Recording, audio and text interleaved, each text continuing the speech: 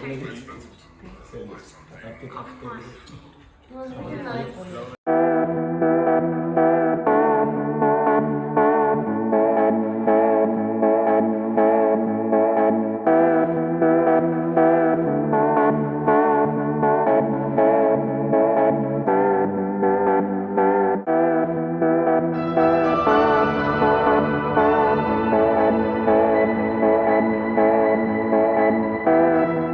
The good thing is, most people go to a shop and buy there something for the apartment, for the house, for the bike or a new couch or anything.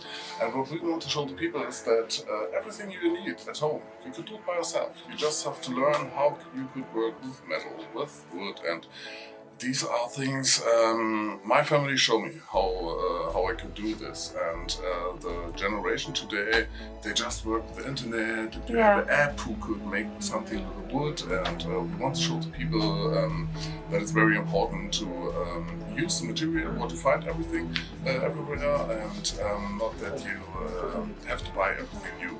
And before you put something in the trash, every time you have to think about, is it trash, or is there something what I can do with it, or is there somebody who needs this material and have not the money?